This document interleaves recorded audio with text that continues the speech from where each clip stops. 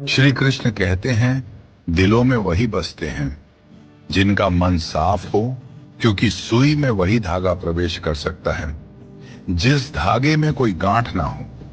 भगवान की प्राप्ति पूजा हवन से नहीं, बल्कि विनम्रता, दया भाव और लोगों के प्रति करुणा से होती है।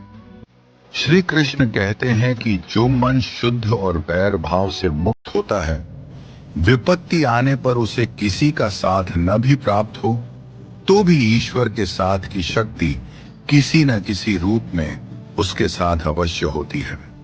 भूमि और भाग्य का एक ही स्वभाव है, जो भी बोया है वो निकलना तय है। श्री कृष्ण कहते हैं कि मुसीबतें आती हैं इसलिए नहीं कि तुम टूट जाओ, बल्कि इसलिए कि तुम खुद को पहचान सको।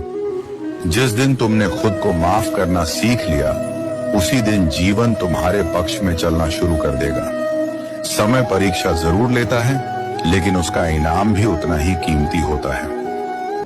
जो औरतें हमेशा पति को गलत समझती हैं, उन बहनों से कहना चाहूंगा कि एक मर्द की जिंदगी इतनी आसान नहीं होती जितनी दिखती है। नौकर की तरह तो कमाता है, फिर ना रो सकता है ना किसी से कह सकता है।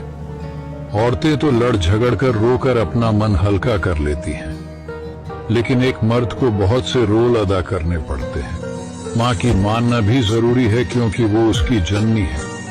पत्नी की मानना भी जरूरी है क्योंकि वो उसकी जीवन साथी है।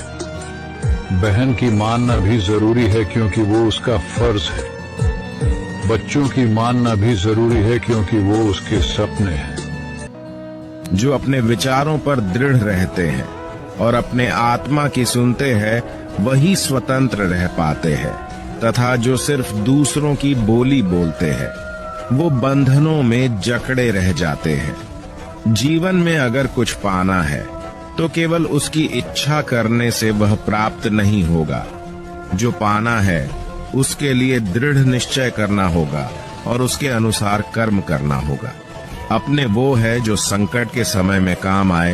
अपनों के साथ समय का पता नहीं चलता, पर समय के साथ अपनों का पता अवश्य चल जाता है। सहायता मांगने वाला इंसान भले ही अपने स्वार्थ के लिए आपका स्मरण क्यों न करे, आप हमेशा अपने परमार्थ को ध्यान में रख सबकी सहायता करें। हर करीबी इंसान को अपना राज मत बताओ, क्योंकि जो आज आपके साथ है वो कल आपके खिलाफ हो सकते हैं।